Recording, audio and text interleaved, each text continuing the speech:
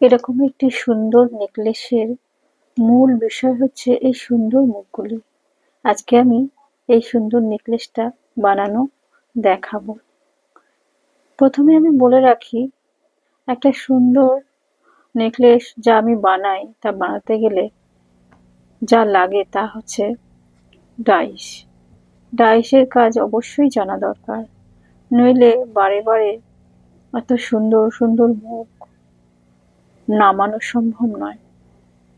যখনই হাতে কোনো সুন্দর একটা কিছু এসে যায়, সেটা ডাইস বানিয়ে রাখলে পরে সেটা দিয়ে আরো নতুন অনেক পরিকল্পনা করা যায়। এই যেমন দেখুন, এই গণেশের মুখটা, আমি এই মুখটা যখন বানিয়েছিলাম তখন আমার খুব ভালো লেগেছিল। সঙ্গে সঙ্গে আমি এরকম একটা ডাইস বানিয়ে নিয়েছিলাম। এখন এই ডাইস দিয়ে আমি যত ইচ্ছা এরকম সুন্দর মুখ আমি বের করে নিতে পারি, আর যেমন ইচ্ছা ডিজাইন অ্যাপ্লাই করে আমি নতুন নতুন নেকলেস বানাতে পারি। যেমন আজকে আমি এই গণেশের মুখ তিনটি ব্যবহার করব একটি নেকলেসের উপরে। তাতে নেকলেসটি বেশ ভারী আর জমকালো দেখাবে, কিন্তু ভারী হবে না, কারণ এখানে আমি খুব সামান্য মাত্রায় ক্লে ব্যবহার করব। খুবই যত্ন সহকারে আমি তিনটি মুখ ছাঁচ থেকে তুলে রেখেছিলাম। ঘন্টা দুয়েক আগে তুলে রাখলে মুখগুলি বেশ টান টান হয়ে যায় আর বসাতে সুবিধা হয়। এই দেখুন, তিনটি সুন্দর সুন্দর গণেশের মুখ আমি বেশ সুন্দরভাবে প্লেটটিতে বসিয়ে দিলাম। এবারে আমি পাতা, বার্ডস, নানা রকম গোল গোল যেমন ইচ্ছা মোটিভ আমি বানিয়ে নেব, আর সেগুলি সুন্দরভাবে ডিজাইনের আকারে আমি বসিয়ে দেব যেমন আমার মন চায়। ডিজাইনের ব্যাপারে আমি আগে থেকে কোনো প্রিপারেশন নিই না। যখন কোনো কিছু বানাই তখনই খুব ভালোবেসে যত্ন সহকারে বানাই, আর দেখি অবশেষে একটা সুন্দর কিছু তৈরি হয়েছে, যেটা আমার খুব ভালো লাগে। এই যেমন আজকে আমি নিজেও জানি না কি হবে, কিন্তু আশা রাখি ভালো হবে। আগে আমি বেশ সুন্দর করে মোটিভগুলি যত্ন সহকারে বসিয়ে নিই। বসানোর পরে বেশ কয়েকটি টুল আছে আমার, সেই টুলগুলি দিয়ে এগুলো সুন্দর সুন্দর করে ডিজাইন করে নেব।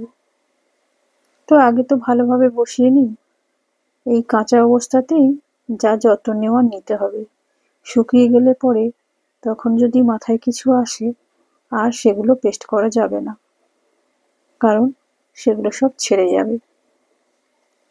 কাঁচামাটির কাজের বৈশিষ্ট্য এই যে যা কিছু করো কাঁচা অবস্থায় করো, আর শুকিয়ে গেলে তুমি কিছু জড়তে পারবে না। কারণ আমি শুধুমাত্র এগুলো কাঁচা মাটিতেই রাখবো না, এগুলোকে আমি ফার্নিশিংয়ে দেব।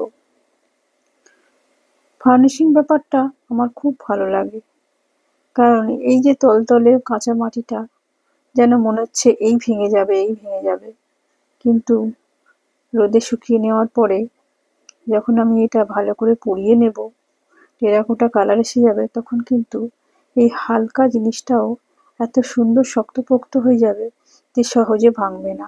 এমনকি আমি দেখেছি আমার হাত থেকে অনেক কিছু নিচে পড়ে গেলেও ভাঙে না, তার কারণ সেটা সঠিকভাবে সঠিক মাত্রায় পোড়ানো হয়ে থাকে। এই দেখুন, কথায় কথায় আমি মোটিভগুলি বসিয়ে নিয়েছি। এবারে ছোট্ট একটা টুল নিয়ে এগুলোকে ডিজাইন করে নেব। এই যে আমার হাতে নাইফের আকারে টুলটি বেশ কার্যকরী। পাতা আঁকতে ভীষণ ভালো লাগে এটা দিয়ে। পাতাগুলো যত ছোটই হোক না কেন, এই টুল দিয়ে সুন্দর করে কাটিং করে নেওয়া যায়। তো আমি ধীরে ধীরে সবকটি পাতা কাটিং করে নেব। তারপরে ছোট ছোট মোটিভগুলি সেগুলোকেও ভালো করে প্রেসার দিয়ে বসিয়ে নেব। এই দেখুন, এই যে টুলটি দেখছেন, এটা কিছুই না, এটা একটা জটা লিফিলের অংশ। আর অবশেষে এই টুল, এটা আমার হাতের ভীষণ কাজের জিনিস। যখন তখন এটা হারিয়ে যায়, কোথায় না কোথায় লুকিয়ে পড়ে, মাথার ঠিক থাকে না। বাকি অন্য কিছু হারালে অ্যারেঞ্জ করে নিতে পারি, কিন্তু একটি দুটি টুল হাতে এত কার্যকরী জিনিস যে এরা হারিয়ে গেলে যেন মনে হয় আমার হাতটাই খোঁড়া হয়ে গেল। তবে একটা কথা বলে রাখি, সবসময় হাতে যে টুল দিয়েই কাজ করতে হবে এরকম কোনো কথা নেই। রান্নাঘর থেকে যে কোনো ভোঁতা, ছুরি, হাতা, খুন্তি সবকিছুই ব্যবহার করা যায় এই কাজের জন্য। এবার আমি দুটো দিকে দুটো বল লাগিয়ে দিলাম। এই বলটি লাগালে পরে ডিজাইনটি দেখতে সুন্দর হয়, আর পিন করলে পরে বেশ মজবুত হয়। এবারে আমি দুটো পিন দুদিকে লাগিয়ে দেব। প্রথমে বলটা ঠিকঠাক করে বসিয়ে দিই। এই দুটি পিন আমার দুদিকে লাগাতে হবে, কারণ যখন আমি সুতো লাগাবো তখন এই পিন দুটিতেই সুতো বাঁধবো।